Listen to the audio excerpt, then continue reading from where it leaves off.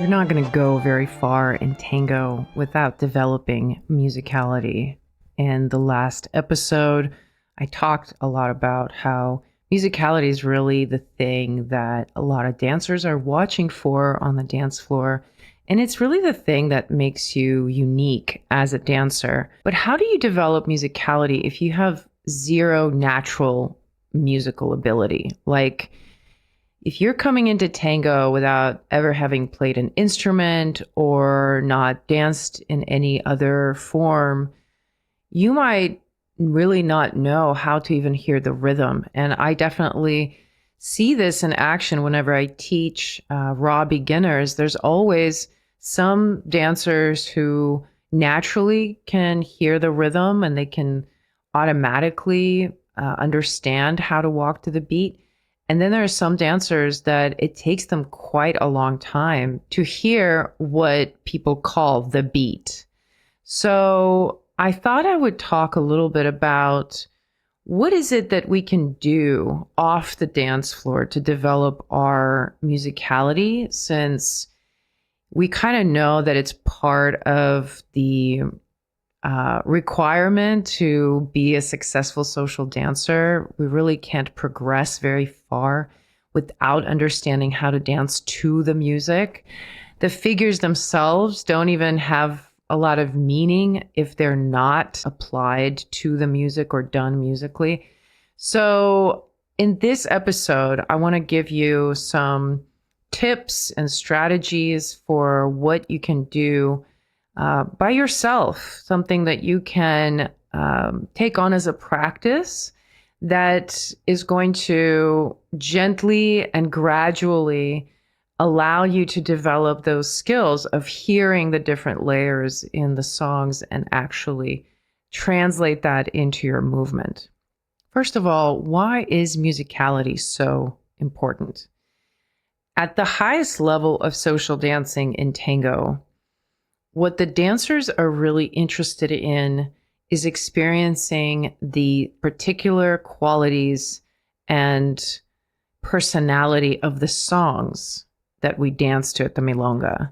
So anytime that you go to a milonga anywhere in the world, you're hearing the same set of songs over and over again. And these songs have become so loved. They've been played so much over the years. They've stood the test of times. People love dancing to these songs. It would take years to understand why these songs in particular draw our attention so much.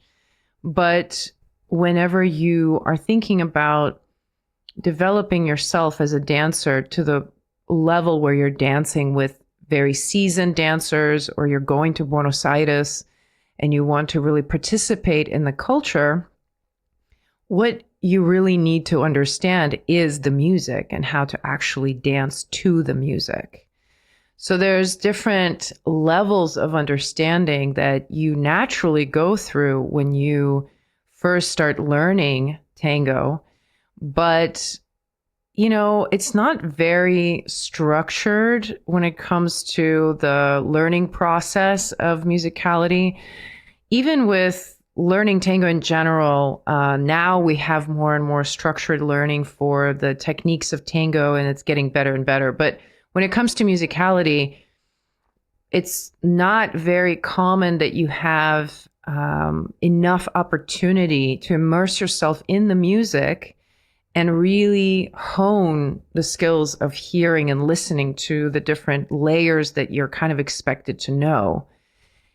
If you were to grow up in Buenos Aires listening to this music in your childhood and watching your parents dancing to it, I'm sure that sort of downloads all of the information about the music into you. So there's a lot of dancers who come to tango and maybe they already love the music. They already know the songs. They grew up listening to them, and they're sort of inside their bodies already. So for those people, it's not hard for them to just understand that, oh, all I need to do is just lose myself in the song and allow myself to be carried by it, and they just go. But for other people, it's not as readily available. Maybe because unfamiliarity with music in general. Tango music is very different from Western music. And, some people don't grow up with music in their environment in like at all. So you might spend your childhood or your early years throughout your life not necessarily being exposed to a lot of music or movement. So there's a lot of barriers to overcome. So it's not surprising that there's a lot of different levels within the tango communities, even within established communities where there's a lot of advanced dancers. You'll always experience on the dance floor quite an array of musicality layers. Some people are very sensitive to the music and the structure and everything that's inside of it, and other people don't know what they don't know. But generally speaking, this idea that the most regarded skill in social dancing of tango is really the sensitivity to the music. Having good musicality or understanding how to dance to the music, it's sort of gives you a pass in all these other ways, like in Monopoly, the get out of jail free card. It sort of allows you to even not have great technique and not know a lot of vocabulary and maybe not even have great posture, even though that's something that we really want to have in tango. But if you have good musicality, it actually opens up possibilities of dancing with a lot more dancers and making it enjoyable. And in terms of like when we're thinking about what exactly is musicality, that, what am I referencing? What does it look like when somebody's musical? The way I describe it is that when you're watching someone dance a particular song, you can see the song. You can see the person dancing a particular instrument. So the dancer becomes the instrument in the orchestra. So it's like the song becomes visible. And I know these are a little bit more poetic ways of describing this. It's hard to pinpoint exactly what is the thing called musicality. But, years ago, there was this question posed in a workshop. If you were to turn off the music when you're watching somebody dance, would you be able to tell what song they're dancing? And if, so you would watch them dance one song and another. Like if you were to turn off the sound, would you be able to tell the difference in what they're dancing? Now, philosophically speaking, I even remember somebody sort of talking about this, that it's not possible, that it's impossible to dance that way. However, that's how I dance in terms of when I take the embrace and I'm dancing with my partner. That's when I think about being musical. My intention as a leader or as a follower is to convey to my partner exactly what it is that I feel to this song in contrast to this other song. So it's very much about the individuality of the songs and how I hear them. And that is very much a unique perspective for me. Like, this is the way I dance them. So when you dance a pugliese with me, it will feel different than pugliese with someone else. And that's kind of the point. It's very disappointing to dance a pugliese with someone who dances it the same way they dance D'Arienzo, the same way they dance Lamuto, at this level of dance that once you sort of understand the building blocks of the music, you can access this level of dancing that's very much about the play of the instruments, and you're sort of one of the musicians. Another metaphor that I love using is that you and your partner are like the two musicians in the band who are improvising. And the excitement for, let's say, two musicians who are riffing with each other on a song that they both know is this idea that both people have digested the song so much and they know the song so well that they can innovate and create something new and different. And that's very much what dancing tango for me at a higher level in a social setting is about. I love dancing with someone who gives me a glimpse into a different part of the song that I never noticed. So you might have had this experience where you're dancing with someone and suddenly you hear something in the song that you never heard before because your partner stepped or did something in their movement that accentuated that moment. And it might be something very subtle. It's very exciting when that happens. And my curiosity as a dancer, when I go out dancing, is to find those experiences. So I'm always looking for people who know the music to that level. Learning musicality for leaders is definitely different than for followers. And when you're a leader, you have to follow the music, right? That's how I think of it. When I lead, I follow the music. So I really need to understand the music. When I follow the leader first. The leader is my focus. The musicality that I express as a follower is somewhat limited and has to be contained inside of what the leader gives me. Again, some leaders, when they come into tango, already have natural abilities with music, and some leaders don't have that. And that's going to affect how easy these concepts are for people, to integrate and to progress. For followers, I've noticed followers can just feel the music in their body. And most of them will not be really conscious of what they feel or what they know.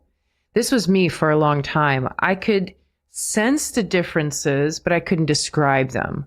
I knew the songs intimately, but I didn't know what the orchestra was. I could recognize specific lyrics and sing you the melody of the song, but I couldn't really tell you anything about it. Like there was this unconscious knowing that I think with following is more prevalent, because as a follower, you sort of submit to the leader, and your experience of musicality is sort of secondhand at first. Not to say that's not a powerful way of absorbing musicality.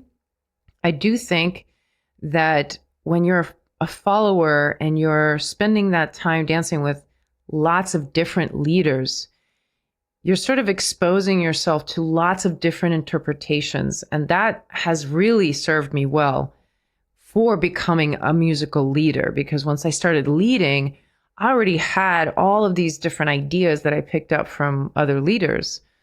And even now, when I dance with leaders, if I experience these moments of, oh, wow, I never thought of showing this little thing, I steal that. That's how I kind of progress in my dance, as I pay attention to what the leaders are doing when I'm dancing with them. And then I try to incorporate that into my dance if I like something.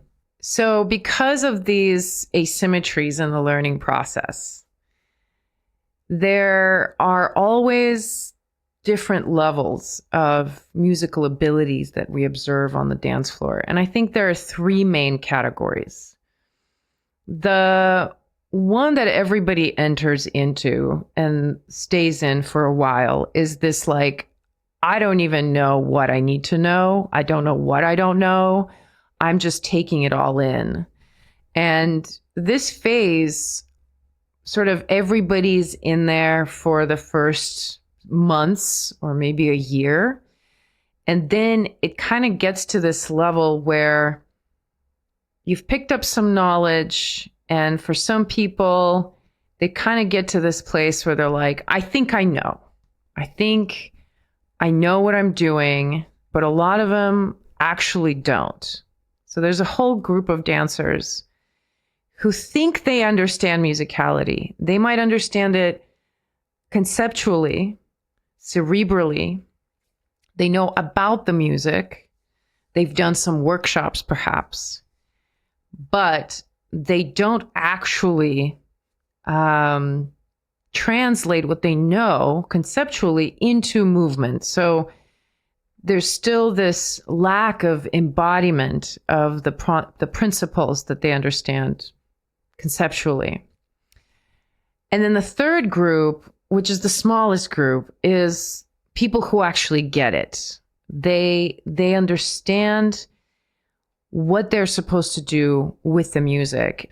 I feel like that second category is the most common level of dancer that I dance with, where it's like there are certain things that I know the leader understands, but there are certain pieces that they still don't have. And they think they do. I know they think that they're being musical, but they're not. And I think for many followers, this is probably the most frustrating situation to be in, when you as a follower really feel the musical structure and you really know what you want to show, but your leader is just not there with you and they don't really know. And they walk when they should be pausing, or they stop when they should be walking. And I get a lot of questions from followers specifically about that. Like, what do you do when you dance with a partner like that? It's definitely a conundrum. And I'll give you some of my tips in a little bit. But I think that the smallest percentage of dancers on the dance floor at this point are the dancers who actually can dance to the music. And I don't know what is exactly the driving force behind some people really getting it and other people not getting it, or getting it, taking longer to get it. But it seems like anybody that I found to be a dual role dancer ends up developing these skills much more efficiently. I think because you can feel it from both sides, and you can experience the song from both perspectives, right? As a follower, you can pick it up and absorb it from the leader. And then as a leader, you can follow the song and really sort of feel it from the other side. So if you're a dual role dancer, that a lot of time indicates to me that the musicality is going to be of that caliber. If you're not a dual role dancer, of course, there are dancers who get it and who on a social dance floor end up being those musical dancers that everybody wants to dance with. They might not be the people who have the most virtuosic vocabulary or have great technique, but I will consistently hear from different followers how much they enjoy dancing with someone because of their musicality. And those dancers sort of become known from coast to coast as musical dancers. And, followers talk about them. And it's sort of like, again, shows how valuable that skill set is. And I definitely feel like we can have a lot more of those dancers if everyone understands the basic principles of what they need to work on, what they need to understand about the music. The problem with lack of tango musicality in tango has nothing to do with dancers' lack of talent. And I think that's the anxiety I want to speak to, perhaps, for those dancers, especially who are coming into tango without much background in music. And there's this perception that something's missing in your makeup and you're not getting the same things as easily as someone else. And it might seem that you're just not capable of understanding these concepts or hearing things to that level. But you know what? That's exactly how I felt. And I never in a million years could imagine that I would be as obsessed with tango music as I am now. And the things that I hear in the music now were completely absent from my awareness for years. So I know it's not a matter of someone not being able to learn it. It's very learnable. It's very accessible. The issue lies more with the learning process. And what's tough about musicality is that musicality takes time. You have to dedicate not necessarily a lot of time in like sitting down for hours at a time and studying music, but more like you have to allow yourself a long span of time of being exposed to the music and to specific tasks, I would say. Like if you're learning to hear the beat in the songs, you need to listen to specific songs over and over again and identify the beat and practice that for a little bit before it becomes second nature and you don't have to think about it, which is ultimately the goal. The goal is that eventually you know the song so well, you're not thinking about moving. The song is just moving you, and you're moving perfectly in time with the song because you know it so well. That's kind of the goal. And in order to do that, you have to immerse yourself in the experience of those songs.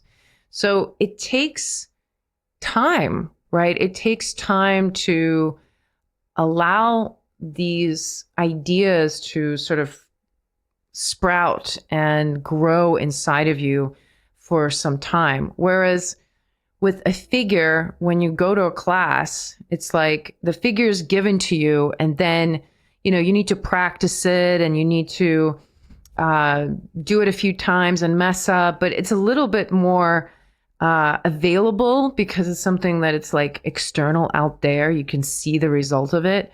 With musicality, it's more like you have to steep in it for a period of time. And we, people are living outside of Buenos Aires don't typically have the opportunity for that. There's not a format for that outside of the milonga, right? Like you go to the milonga, you hear this music, and then you leave.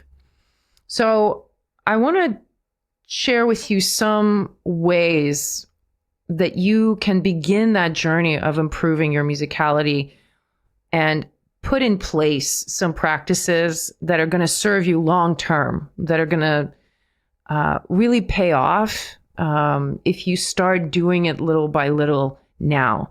So the number one thing that you have to start doing is listening to the music outside of the milonga. I think that at this point, that's kind of obvious. That's the bare minimum. And if you are at that point where you're like, okay, well, I'm ready, but it's daunting to me to think what I need to listen to. This is where I want to remind you that I have a library of tango playlists that I've created on Spotify. And you can sign up to access this library of playlists, especially if you're struggling with the basics, like hearing the beat. Okay, you're just really mystified. You have a hard time. You're hearing it sometimes, but not others. And your partners are telling you you're not stepping on the beat.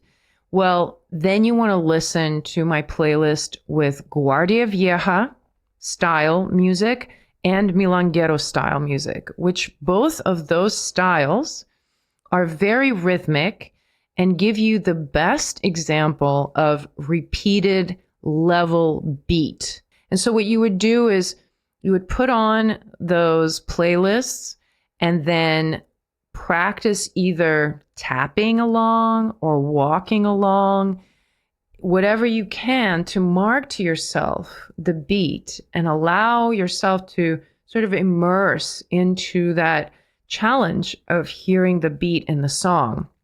So that's just one way you can use these playlists. There's lots of other ones that give you different lenses through which to look at tango music and to explore. But the main purpose actually of doing this, beside just developing your ear and tuning your ear to different qualities, for example, the main goal of you listening to music outside of dancing to it at the milonga is for you to develop your own taste, to find out what songs you really love, which songs really move you at this point. And it's going to change, but this process of developing an awareness of your own taste and your own preferences is going to allow you to develop that first feeling of love for the music. Because ultimately, the best experience you're going to have in terms of musicality is going to be the songs that you really, really love.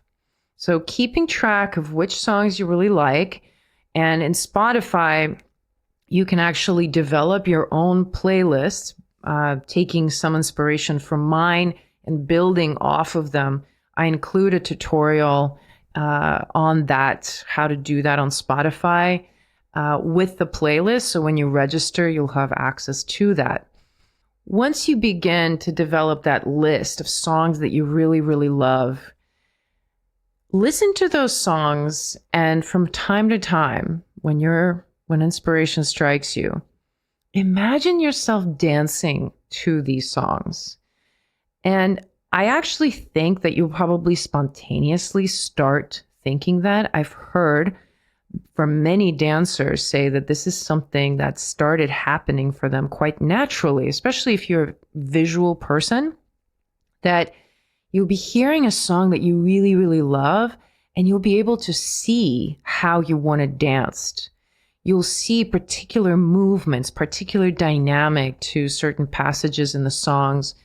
There's some tango songs that I actually have never danced on a social dance floor, but I see whole choreographies to them. So I think that that's one of those really subtle but powerful ways to establish a further connection with the song.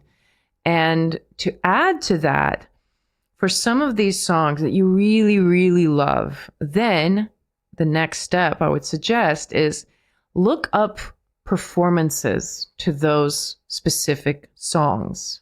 And that's a really, really fun way to enrich your musicality. Like, what are the possibilities? How could this song be expressed? And one fun way you can do this is you can go to El Recodo, which is a resource I've been sharing in the past episodes. It's an archive of all of this information about tango music and tango songs. So you can actually look up specific songs. And when you click on the information about those songs, there will be a link to a YouTube channel or a TangoTube channel. There's actually a YouTube for tango videos, and you will find a collection of videos, just performances to that specific song. So you can actually watch and compare whose musicality you really like. So that's one cool way that you can stay engaged and have inspiration coming in about like how you would dance certain songs. There are times that I'll watch a performance to a specific song and it will be so powerful. And the music to me would be expressed in such perfection. Like, this is exactly how I want it to be shown. That then when I'm dancing at a milonga, I'll have a spontaneous vision of that song being performed in my mind when I hear the song played, and I'll actually see it in my mind's eye. Not that I can dance what I'm seeing, right? Because a lot of times you're so inspired by things you can't do yet. So a lot of times it's not about the actual move that I'm seeing, but more about the dynamics. Can I show the actual timing? Can I step on the offbeat the way this dancer does versus on the beat? Those kinds of questions become some things to play with. Now, the other thing you can do with this playlist of songs that you really, really love, and this is something I love doing, is dance these songs by yourself. And I know that might sound weird, but I've decided I'm going to talk openly about this because in the discussion that I had about this topic in my Facebook group, lots of people actually said that they do the same thing, and that's how they develop their musicality. And you don't have to dance it in a tango way either. You're by yourself. So you could walk and perform figures that you're used to, or you can just move how you want to move. It doesn't matter. The point is that it's this other opportunity to further get into the vibe of the song and allow it to sort of penetrate you. And when you dance by yourself, you hear things differently.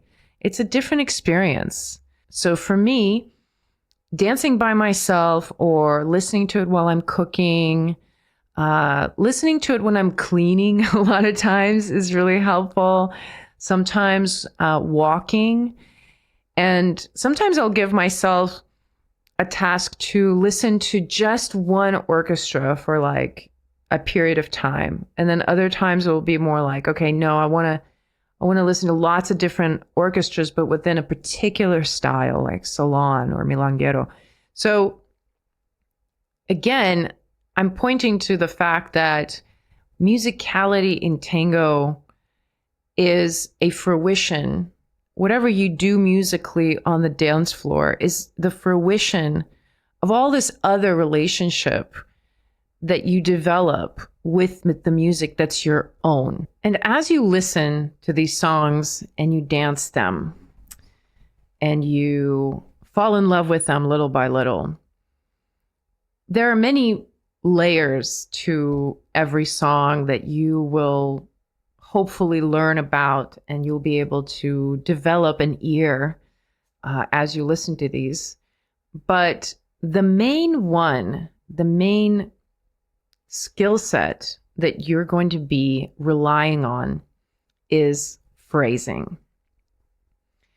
And phrasing is a big, big topic. It's almost like the culmination of lots of other work that you're going to have to do as a dancer, like hearing the beat, hearing the melody, distinguishing between the two, hearing the bridges. There's all of these things that are the ingredients that you separately have to work on. If you take phrasing as your main goal when you dance, everything else is going to fall into place. It takes care of everything else. Now, if this sounds too confusing and you want my help, this is exactly what I teach inside my musicality program. And this month, until November 31st, I have a special promotion for a yearly membership. You'll get 20% off on the yearly membership if you join this month. And this is basically what I provide within the program, giving you the foundational understanding of all the musicality layers that you need to know. You have access to resources and playlists that go along with the course, so you always have the structure to follow and progress as you need at your own pace. We have bi-monthly musicality webinars where I'm actually guiding you through exercises that you'll do on your own with music and learn to translate these concepts that you're hearing in the music and sort of understanding, but embodying them and actually applying them to your dance. And lastly, to top it all off, once a month, we have group coaching calls for which you could submit videos of yourself dancing, and I can give you feedback on your technique and musicality. You can ask me questions, and this is more of like an opportunity for me to support you along the way. So this program is open right now, and if you join for a year, you'll get 20% off on the membership. So check it out. The link is in the show notes. Now I want to finish talking about this conundrum of the different levels that we end up having in tango when we dance. And specifically, when it comes to followers, women who really, really know the songs and they really want to express them, and they end up dancing with leaders who don't have the same musicality, it becomes really frustrating. And I think if you're a leader who is dancing with a follower who is not very musical, there are things you can do. And my advice, if that's the case, if sometimes you end up dancing with someone who maybe technically has something going on that's kind of difficult and they don't really know the music, as a leader, my strategy then is to make it as simple as possible. The thing you don't want to do as a leader when you're dancing with somebody who doesn't know music is impose your musicality on the partnership. It's very difficult to make that enjoyable, physically speaking, because you end up wearing yourself out. And I've had those kinds of dances where I'm like so frustrated with my follower because they're not doing what I want them to do.